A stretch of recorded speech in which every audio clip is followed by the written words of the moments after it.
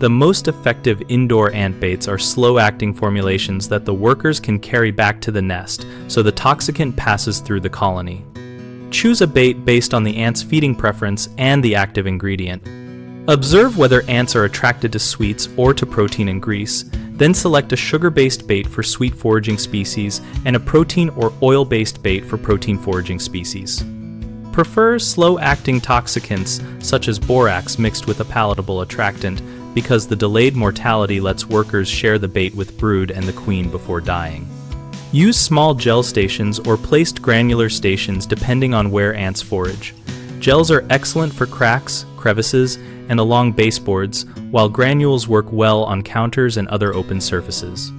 Place baits directly on or adjacent to active trails and avoid disturbing the trail while you set them, since sudden cleaning or spraying will cause workers to switch to other food sources.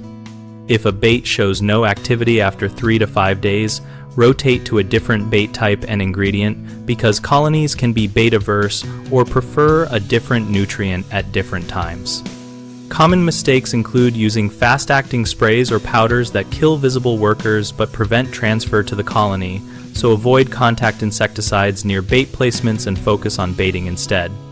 Another issue is misidentifying feeding preference and offering the wrong bait, which is why you should watch what the ants are carrying and try both a sweet and a protein option if unsure. A third concern is placing baits in areas that are inaccessible or that get disturbed frequently, which reduces uptake.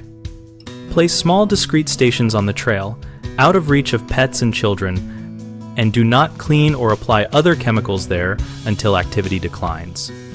We run bighomeprojects.com to help homeowners find local contractors and to help contractors find work related to pest control and general home projects. Our site also hosts a discussion community where we share experiences, ask questions, and compare what bait types and placement strategies worked in real homes.